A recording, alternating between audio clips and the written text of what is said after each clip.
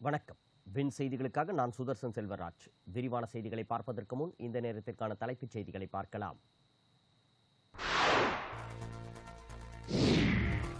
துறை அமைச்சர் ராஜ்நாத் சிங் பெருமிதம். சனிக்கிழமை தொடங்க உள்ள நிலையில் இன்று முதல் வரும் 5ஆம் தேதி வரை தமிழகத்தில் வெப்பம் அதிகரிக்கும். இனி விரிவான செய்திகள். நீட் தேர்வு 2024க்கான நுழைவுச் சீட்டு இணையதளத்தில் வெளியிடப்பட்டுள்ளது. MBBS, BDS உள்ளிட்ட இளநிலை மருத்துவ படிப்புகளுக்கான நீட் தேர்வை தேசிய தேர்வுகள் முகமை நடத்தி வருகிறது.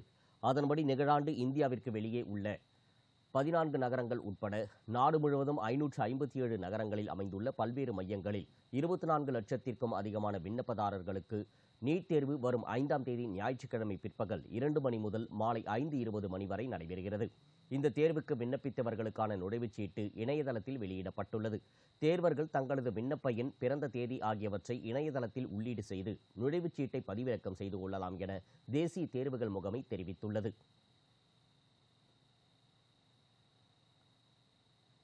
டெல்லி மகளிர் ஆணையத்தில் பணிபுரிந்து வந்த 233 ஊழியர்களை அதிரடியாக பணி நீக்கம் செய்யப்பட்டுள்ளனர். டெல்லி மகளிர் ஆணையத்தில் விதிகளை மீறி ஊழியர்கள் நியமனம் செய்துள்ளதாக குற்றச்சாட்டு எழுந்துள்ளது. இது தொடர்பாக விசாரணை நடத்தப்பட்டது. இதில் விதிகளை மீறி ஊழியர்கள் நியமனம் செய்தது தெரியவந்தது. இதையடுத்து மகளிர் ஆணையத்தில் பணிபுரிந்து வந்த 233 ஊழியர்களை பணி நீக்கம் செய்யுமாறு டெல்லி ஆளுநர் சக்சேனா அதிரடி உத்தரவு பிறப்பித்தார். மகளிர் ஆணையத்தின் முன்னாள் தலைவி சுவாதி மாலிவால் விதிகளுக்கு மாறாக அனுமதியின்றி ஊழியர்களை நியமித்ததாக கூறப்படுகிறது. இந்த புகாரின் அடிப்படையில் நடவடிக்கை எடுக்கப்பட்டுள்ளது. சுவாதி மாலிவால் தற்போது ஆம் ஆத்மி கட்சியின் MP-யாக உள்ளார். டெல்லி மகளிர் ஆணையத்தின் முன்னாள் தலைவராக சுவாதி மாலிவால் இருந்து வந்தார் என்பது குறிப்பிடத்தக்கது. டெல்லி மற்றும் நொய்டாவில் 60க்கும் மேற்பட்ட பள்ளிகளுக்கு இமெயில் மூலம் வெடிகுண்டு மிரட்டல் விடுக்கப்பட்டுள்ளதைத் தொடர்ந்து மாணவர்கள் அவசரமாக வெளியேற்றப்பட்டனர். டெல்லியில் உள்ள பல்வேறு பள்ளிகளுக்கு இமெயில் மூலம் மிரட்டல் விடுக்கப்பட்டது. இதுகுறித்து பள்ளி நிர்வாகம் சார்பில் போலீசாருக்கு தகவல் அளிக்கப்பட்டுள்ளது. இதனைத் தொடர்ந்து அடுத்தடுத்து டெல்லி மற்றும் நொய்டாவில் உள்ள ஏராளமான பள்ளிகளுக்கும் இதேபோன்று மிரட்டல் வந்ததாக போலீசில் புகார் அளித்தனர். இதுவரை 60க்கும் மேற்பட்ட பள்ளிகளுக்கு வெடிகுண்டு மிரட்டல் வந்துள்ளதாக டெல்லி போலீசார் தெரிவித்தனர். இதனையடுத்து வெடிகுண்டு தடுப்பு பிரிவினர், வெடிகுண்டு செயலிழப்பு பிரிவினர், தீயணைப்புத் துறையினர் மற்றும் போலீசார் சம்பந்தப்பட்ட பள்ளிகளுக்கு விரைந்து சென்று சோதனை மேற்கொண்டனர். போலீசாரின் தீவிர தேடுதல் வேட்டையில் வெடிகுண்டு எதுவும் கிடைக்கவில்லை. மேலும் மற்றொரு பள்ளியில் மாணவர்களுக்கு தேர்வு நடந்தது. இமெயில் மூலம் மிரட்டல் வந்ததைத் தொடர்ந்து தேர்வை பாதியில் நிறுத்திவிட்டு அவசரமாக மாணவர்கள் வெளியேற்றப்பட்டனர். ஊழியர்களும் பள்ளி வளாகத்தில் இருந்து வெளியேற்றப்பட்டனர். பெற்றோர்களை வரவழைத்த பள்ளி நிர்வாகம் குழந்தைகளை அவர்களுடன் அனுப்பி வைத்தது. இச்சம்பவம் தொடர்பாக போலீசாருடன் ஆளுநர் சக்சேனா ஆலோசனை நடத்தினார். இதுவரை சந்தேகப்படும்படியான பொருள் எதுவும் கண்டுபிடிக்கப்படவில்லை என்பதால் யாரும் பீதி அடைய வேண்டாம் என டெல்லி போலீசார் தெரிவித்துள்ளனர்.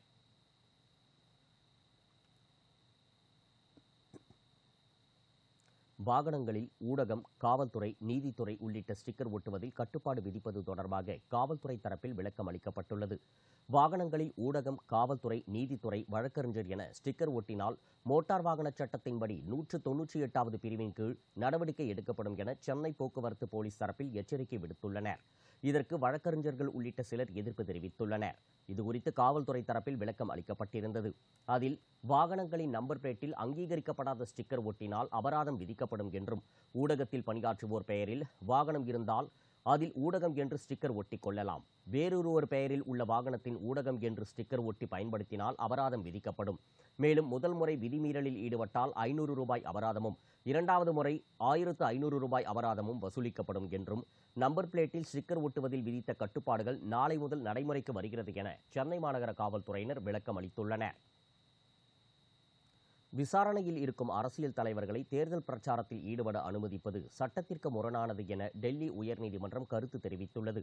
மதுபான கொள்கை முறைகேடு வழக்கில் டெல்லி முதலமைச்சர் அரவிந்த் கெஜ்ரிவால் கடந்த மார்ச் மாதம் அமலாக்கத்துறையால் கைது செய்யப்பட்டு திகார் சிறையில் அடைக்கப்பட்டுள்ளார். தற்போது பாராளுமன்ற தேர்தல் நடைபெற்று வரும் நிலையில் சிறையில் இருக்கும் அரசியல் தலைவர்கள் காணொலி வாயிலாக தேர்தல் பிரச்சாரத்தில் ஈடுபட வழிவகை செய்ய வேண்டும் என்று டெல்லி உயர்நீதிமன்றத்தில் சில தினங்களுக்கு முன்பு வழக்கறிஞர் மாணவர் மனு தாக்கல் செய்தனர். கைது செய்யப்பட்டிருக்கும் அரசியல் தலைவர்களை தேர்தல் பிரச்சாரத்தில் ஈடுபட அனுமதிப்பது சட்டத்திற்கு முரணானது என்று கூறி டெல்லி உயர்நீதிமன்றத்தில் மனு தள்ளுபடி செய்தது.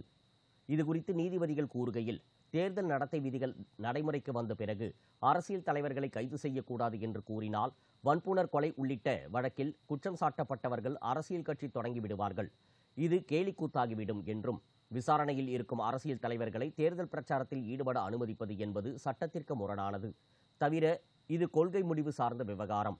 இதில் உயர்நீதிமன்றம் தலையிட முடியாது. ஏன் நீதிமன்றத்தை அரசியலுக்குள் இழுக்கிறீர்கள்? ஒருவர் அவரை விடுவிக்க வேண்டும் என்று மனு தாக்கல் செய்கிறார்.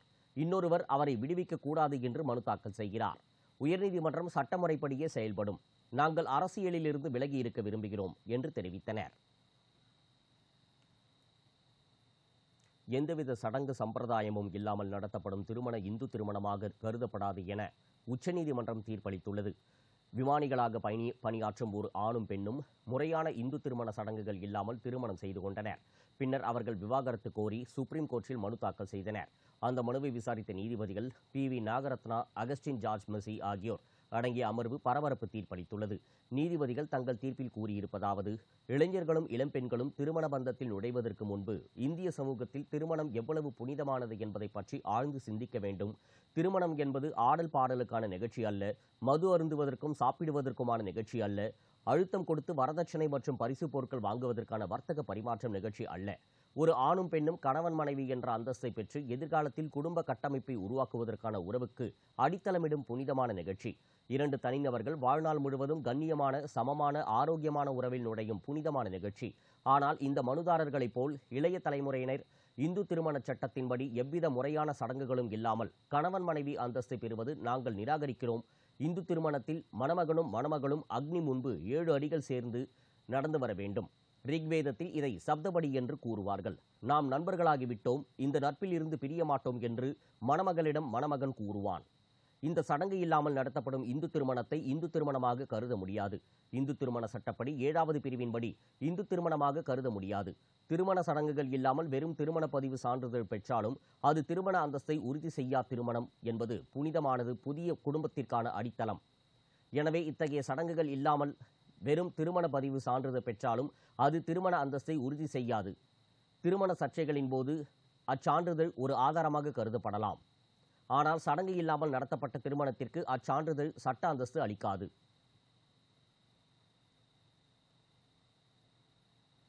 காங்கிரஸ் அழிவதை பார்த்து பாகிஸ்தான் அழிகிறது என்று பிரதமர் மோடி விமர்சித்துள்ளார். குஜராத் மாநிலம் ஆனந்த் மாவட்டத்தில் நடந்த பிரச்சார கூட்டத்தில் பிரதமர் மோடி பேசுகையில், குஜராத்தில் பல ஆண்டுகளாக பணியாற்றி வருவதாகவும், இந்த தேர்தலில் ஆனந்த் மற்றும் கெடா மாவட்ட மக்கள் எல்லா சாதனைகளையும் முறியடிப்பார்கள். 2014இல் தன்னை நாட்டுக்கு சேவை செய்ய அனுப்பியதாகவும், குஜராத்தில் பணிபுரியும் போது குஜராத்தின் வளர்ச்சியே இந்தியாவின் வளர்ச்சிக்கு என்று ஒரு மந்திரம் இருந்தது.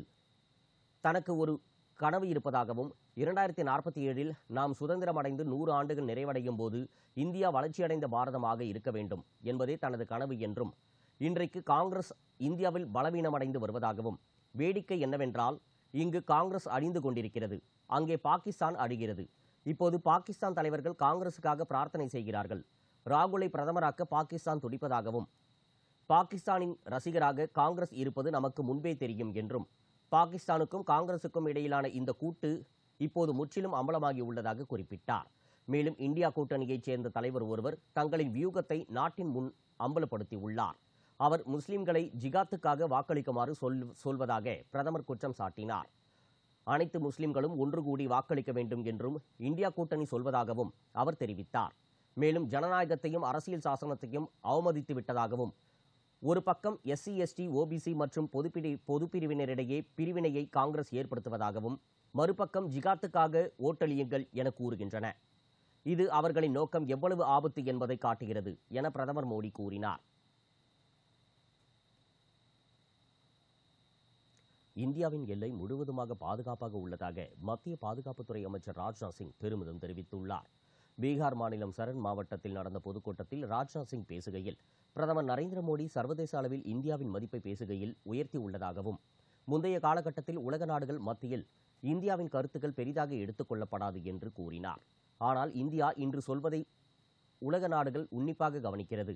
இந்தியாவின் எல்லை முழுவதுமாக பாதுகாப்பாக உள்ளது என்பதை கூற விரும்புவதாகவும், இந்தியா பலவீனமானது அல்ல, இனி தேவைப்பட்டால் எல்லை தாண்டி சென்று தாக்க முடியும்.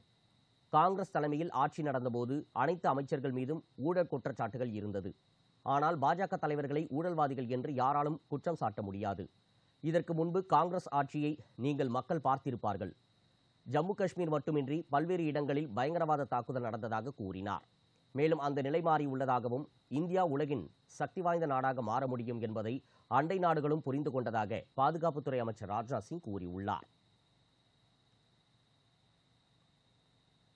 ஆலங்குடி அருகே 17 வயது சிறுமி ஒருவர் மின்சாரம் தாக்கி உயிரிழந்த சம்பவம் அப்பகுதியில் சோகத்தை ஏற்படுத்தியுள்ளது.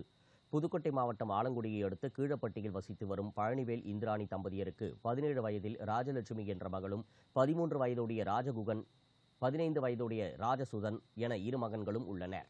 பழனிவேல் வழியம்பட்டியில் உள்ள டாஸ்மாக் கடையில் மேற்பார்வையாளராக பணியாற்றி வருகிறார். தாய் கூலி வேலை செய்து வருகிறார். ராஜலட்சுமி 10ஆம் வகுப்பு வரை படித்துவிட்டு வீட்டில் இருந்து வந்துள்ளார். இந்நிலையில் நேற்று மதியம் வீட்டில் தனியாக இருந்த சிறுமி ராஜலட்சுமியின் அலறல் சத்தம் கேட்டு அவரது 2 சகோதரர்களும் அக்கம் பக்கத்தினரும் விரைந்து சென்றபோது வீடு முழுவதும் புகைமண்டலமாக இருந்துள்ளது. அங்கிருந்த சோஃபா கட்டில் முழுவதுமாக எரிந்த நிலையில் ராஜலட்சுமி கருகிய நிலையில் சடலமாக கிடந்துள்ளார். தகவல் கிடைத்ததும் விரைந்து சென்ற செம்பட்டி விடுதி போலீசார் மற்றும் தீயணைப்பு மீட்புக் குழுவினர் ராஜலட்சுமியின் சடலத்தை கைப்பற்றி உடற்கூறு ஆய்விற்காக அரசு மருத்துவமனைக்கு அனுப்பி வைத்தனர். மேலும் போலீசார் இதுகுறித்து வழக்கு பதிவு செய்து ராஜலட்சுமி மின்சாரம் தாக்கி உயிரிழந்தாரா அல்லது செல்போன் வெடித்து விபத்து ஏற்பட்டதா அல்லது மர்ம நபர்கள் யாரேனும் தீ வைத்தனரா என பல்வேறு கோணங்களில் விசாரணை நடத்தி வருகின்றனர்.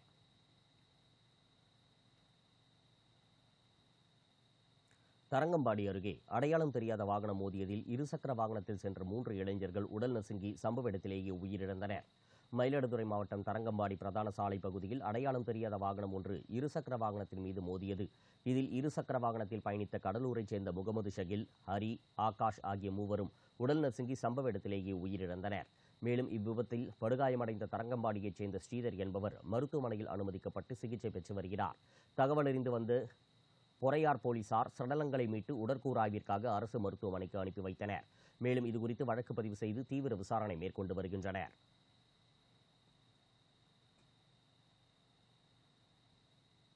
மயிலாடுதுறை அருகே தடையில்லா மின்சாரம் வழங்க கோரி விவசாயிகள் சாலை மறியலில் ஈடுபட்டதால் போக்குவரத்து பாதிக்கப்பட்டது. மயிலாடுதுறை மாவட்டம் குத்தாலத்தை அடுத்து சோழம்பேட்டையில் கடந்த 15 நாட்களாக கடும் மின் தட்டுப்பாடு நிலவுவதாகவும், குறைந்த அழுத்த மின்சாரம் காரணமாக மின் மோட்டார்கள் பழுதடைவதாகவும் கூறப்படுகிறது. இதனால் விவசாய பணிகள் பாதிக்கப்படுவதுடன் குடிநீர் தட்டுப்பாடும் ஏற்பட்டுள்ளதாக புகார் எழுந்துள்ளது. இதனை கண்டித்தும் தடையில்லா மின்சாரம் வழங்க கோரியும் சோழம்பேட்டை விவசாயிகளும் பொதுமக்களும் மூவலூரில் சாலை மறியலில் ஈடுபட்டனர். அப்போது தமிழக அரசு மற்றும் மின்வாரியத்தை கண்டித்து முழக்கமிட்டனர்.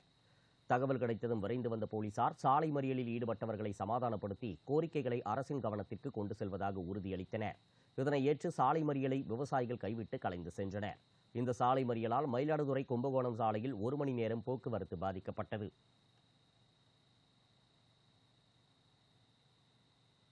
தேனி மாவட்டத்தில் மனைவி மீது மண்ணெண்ணெய் ஊற்றி எரித்த வழக்கில் கணவனின் தாய் மற்றும் தந்தை ஆகிய 3 பேருக்கும் ஆயுள் தண்டனை விதித்து தேனி மகிழா நீதிமன்றம் தீர்ப்பளித்துள்ளது. தேனி மாவட்டம் பெரியகுளம் அருகே உள்ள பொம்மிநாயக்கன்பட்டியைச் சேர்ந்த மலைச்சாமி சங்கீதா தம்பதியர். இவர்களுக்கு 3 குழந்தைகள் உள்ளனர். இந்த நிலையில் தம்பதிக்குள் ஏற்பட்ட கருத்து வேறுபாடு ஏற்பட்டுள்ளது. மேலும் மனைவி சங்கீதா மீது மலைச்சாமி சந்தேகப்பட்டு துன்புறுத்தி வந்த நிலையில் மண்ணெண்ணெய் ஊற்றி தீ வைத்து எரித்துள்ளார். இந்நிலையில் தன் மீது கணவர் மலைச்சாமி தீ வைத்து எரித்ததாகவும், இதற்கு மாமனார் மற்றும் மாமியார் உடந்தையாக இருந்ததாகவும், தீக்காயங்களுடன் சிகிச்சையில் இருந்த சங்கீதா மரண வாக்குமூலம் கொடுத்திருந்தார். அதன் அடிப்படையில் 3 பேர் மீதும் ஜெயமங்கலம் காவல்துறையினர் கொலை வழக்கு பதிவு செய்தனர். இதனிடையே வாக்குமூலம் மற்றும் சாட்சியத்தின் அடிப்படையில் மலைச்சாமி, அவரது தாய் மற்றும் தந்தை ஆகிய 3வரும் குற்றவாளிகள் என்றும், 3வருக்கும் தனித்தனியே ஆயுள் தண்டனையும் 1000 ரூபாய் அபராதமும் 3 மாத மெய்க்காவல் சிறை தண்டனையும் விதித்து தேனி மகிழா நீதிமன்ற நீதிபதி கோபிநாதன் தீர்ப்பளித்துள்ளார்.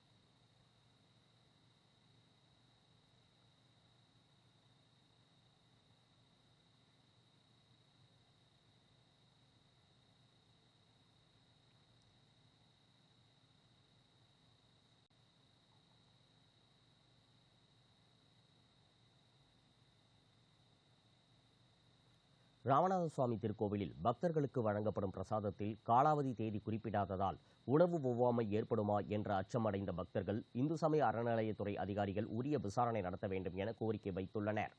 ராமேஸ்வரத்தில் உள்ள ராமநாத சுவாமி திருக்கோவிலுக்கு வருகை தரும் பக்தர்கள் 22 புண்ணிய தீர்த்தங்களில் நீராடிய பின்னர் சுவாமி அம்பாளை தரிசனம் செய்வது வழக்கம். அவ்வாறு கோவிலுக்கு வருகை தரும் பக்தர்களுக்கு கோயில் நிர்வாகத்தின் சார்பில் பிரசாதம் வழங்கப்பட்டு வருகிறது. இந்த நிலையில் பிரசாதத்தில் காலாவதி தேதி குறிப்பிடாமல் வழங்கப்படுவதாகவும், இதனால் உணவு ஒவ்வாமை போன்ற பாதிப்பு ஏற்படுமோ என்ற அச்சத்தில் உள்ளதாகவும் பக்தர்கள் தெரிவித்துள்ளனர். எனவே சம்பந்தப்பட்ட இந்து சமய அறநிலையத்துறை அதிகாரிகள் உரிய நடவடிக்கை எடுத்து பக்தர்களுக்கு வழங்கப்படும் பிரசாதம் தரமான முறையில் வழங்கப்படுவதை உறுதி செய்ய வேண்டும் எனவும் பக்தர்கள் கோரிக்கை விடுத்துள்ளனர்.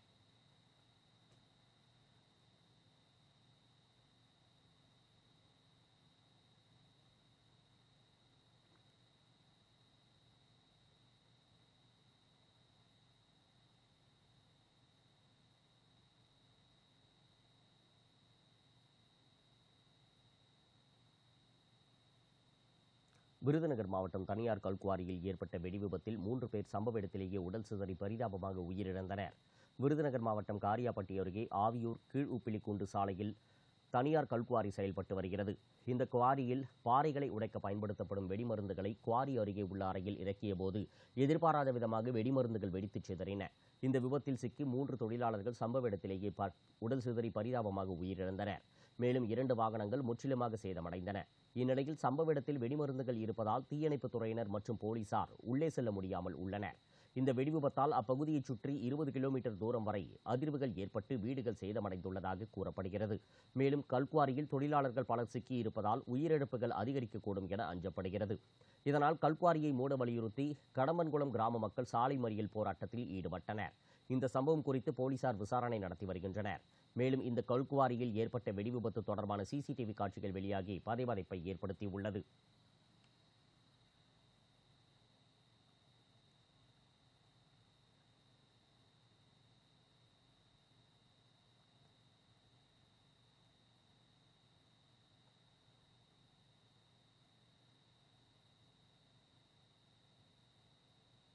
கத்திரி வெயில் சனிக்கிழமை தொடங்க உள்ள நிலையில் இன்று முதல் வரும் 5ஆம் தேதி வரை தமிழ்நாட்டில் வெப்பம் அதிகரித்து இருக்கும் என வானிலை ஆய்வு மையம் தெரிவித்துள்ளது. அக்னி நட்சத்திரம் என்று கூறப்படும் கத்திரி வெயில் காலம் ஒவ்வொரு ஆண்டும் மே மாதத்தில் தொடங்கும். அந்த வகையில் நடப்பாண்டு கத்திரி வெயில் வரும் சனிக்கிழமை தொடங்குகிறது. இந்த கத்திரி வெயில் வருகிற 28ஆம் தேதி வரை 25 நாட்கள் தொடர்ந்து மக்களை வாட்டி வதைக்க உள்ளது. பொதுவாக கத்திரி வெயில் காலத்தில்தான் வெயிலின் தாக்கம் உக்கிரமாக இருக்கும். ஆனால் கடந்த மார்ச் மாதம் இறுதியில் இருந்தே வெப்பத்தின் தாக்கம் அதிகமாக உள்ளது. அதிலும் இந்த மாத தொடக்கத்தில் இருந்து வெயில் சுட்டெரித்து வருகிறது. குறிப்பாக சேலம், ஈரோடு, கரூர், தருமபுரி, திருத்தணி, திருப்பத்தூர், வேலூர் ஆகிய மாவட்டங்களில் 100 டிகிரியையும் சில நேரங்களில் 105 டிகிரி கடந்து வெயில் பதிவாகி வருகிறது. கத்திரி வெயில் சனிக்கிழமை தொடங்க உள்ள நிலையில் இன்று முதல் வருகிற 5ஆம் தேதி வரை தமிழ்நாட்டில் வெப்பம் அதிகரித்திருக்கும் என்றும் இந்த ஆண்டு 110 டிகிரி பாரன்ஹீட்டுக்கு மேல் வெயில் சுட்டெரிப்பதற்கான வாய்ப்புகள் அதிகம் உள்ளதாகவும் வானிலை ஆய்வு மையம் அறிவித்துள்ளது.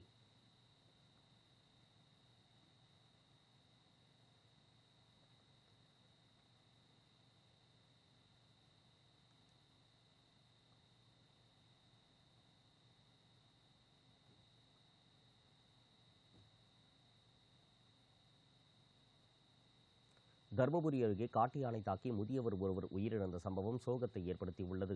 தருமபுரி மாவட்டம் பாலக்கோடு அடுத்து மணியகாரங்கொட்டாய் கிராமத்தில் உள்ள ஜெத்லாவ் ஏரியில் ஒற்றை ஆண் காட்டு யானை முகாமிட்டு இருந்த நிலையில் சுற்றுவட்டார பகுதியில் உள்ள கிராமங்களுக்கு தொடர்ந்து காட்டு யானை உணவு மற்றும் தண்ணீர் தேடி சென்று அங்குள்ள விவசாய நிலங்களை சேதப்படுத்துகிறது. மேலும் இதனால் கிராம மக்கள் அச்சமடைந்துள்ளனர். இந்நிலையில் இந்த ஏரி அருகே மக்கள் யாரும் செல்ல வேண்டாம் என வனத்துறையினர் எச்சரிக்கை விடுத்துள்ளனர். இதனிடையே தீர்த்தஹாரஹள்ளி கிராமத்தைச் சேர்ந்த கிருஷ்ணன் என்ற முதியவர் அவருடைய ஏரி அருகே உள்ள விவசாய நிலத்தில் இருந்தபோது காட்டு யானை தாக்கி சம்பவ இடத்திலேயே உயிரிழந்தார்.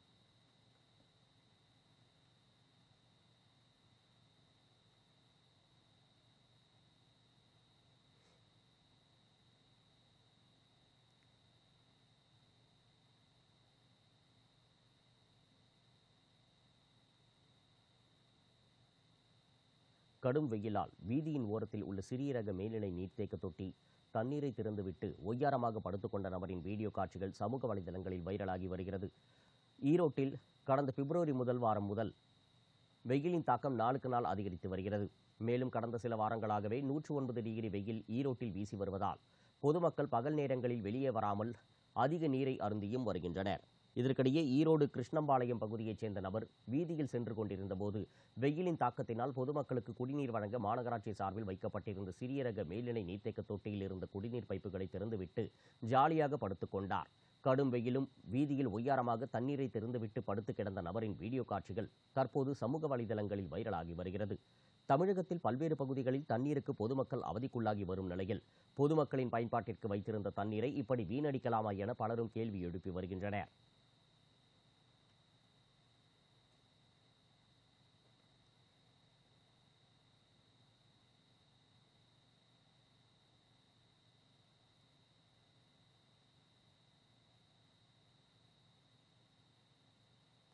ஆவியூர் கல்குவாரியில் நிகழ்ந்த வெடிவிபத்து எதிரொலியாக மதுரை மாவட்டத்தில் உள்ள கல்குவாரிகள் அனைத்தையும் ஆய்வு செய்ய மாவட்ட ஆட்சியர் உத்தரவிட்டுள்ளார்.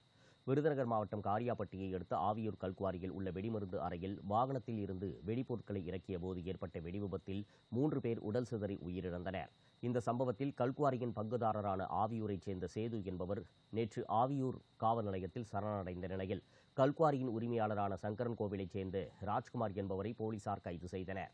இதனிடையே வெடிவிபத்தில் சிக்கி உடல் சிதறி உயிரிழந்தவர்களின் குடும்பத்தினருக்கு மொத்தம் 12 லட்சம் ரூபாய் நிவாரண உதவி குவாரி நிர்வாகம் சார்பில் வழங்கப்பட்டுள்ளது. இந்நிலையில் கல்குவாரி வெடிவிபத்து எதிரொலியாக மதுரை மாவட்டத்தில் உள்ள கல்குவாரிகள் அனைத்தையும் ஆய்வு செய்ய மாவட்ட ஆட்சியர் சங்கீதா உத்தரவிட்டுள்ளார். மதுரை மாவட்டத்தில் உள்ள கல்குவாரிகளில் வெடிமருந்துகள் முறையான அனுமதி பெற்று பாதுகாப்பாக வைக்கப்பட்டுள்ளதா என்பது குறித்து தீயணைப்புத்துறை, காவல்துறை மற்றும் கனிம வளத்துறை அதிகாரிகள் ஆய்வு செய்து அறிக்கை சமர்ப்பிக்க வேண்டும் என ஆட்சியரின் உத்தரவில் தெரிவிக்கப்பட்டுள்ளது.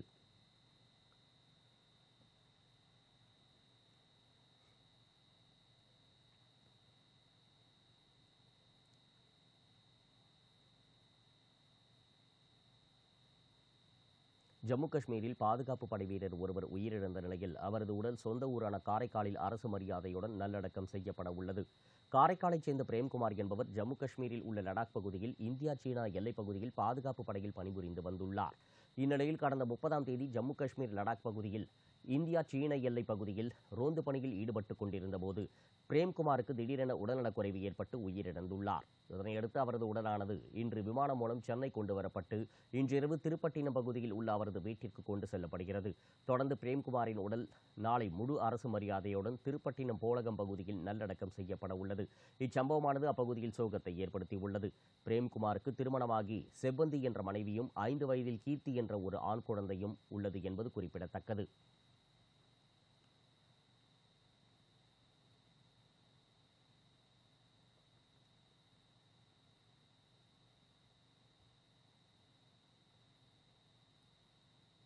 புதுக்கோட்டை அருகே புனித சூசையப்பர் ஆலயத்தில் தேர் திருவிழா வெகு விமர்சையாக நடைபெற்றது. இதில் திரளான பக்தர்கள் கலந்து கொண்டு தேரை வடம்பிடித்து இழுத்தனர். புதுக்கோட்டை மாவட்டம் கந்தர்வக்கோட்டையில் அமைந்துள்ள புனித சூசையப்பர் ஆலயத்தில் மழைக்காகவும் விவசாயம் செழிக்கவும் வேண்டி சிறப்பு கூட்டு திருப்பலி நடைபெற்றது. பின்னர் வண்ண மின் விளக்குகளால் அலங்கரிக்கப்பட்ட தேர் முக்கிய வீதிகள் வழியாக மேளதாளங்கள் முழங்க முக்கிய வீதிகள் வழியாக பவனி வந்தது. இதில் ஜாதி மத இன பாகுபாடின்றி 500க்கும் மேற்பட்ட பொதுமக்கள் பங்கேற்று புனித சூசையப்பர் தேரை வடம்பிடித்து இழுத்து பிரார்த்தனை செய்தனர்.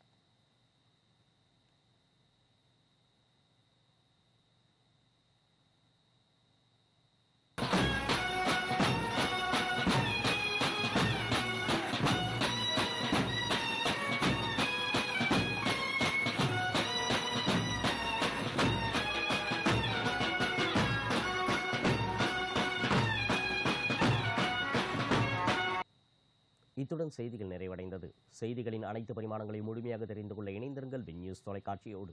இது வின் நியூஸ், உங்களுக்காக உங்களுடன். வணக்கம்.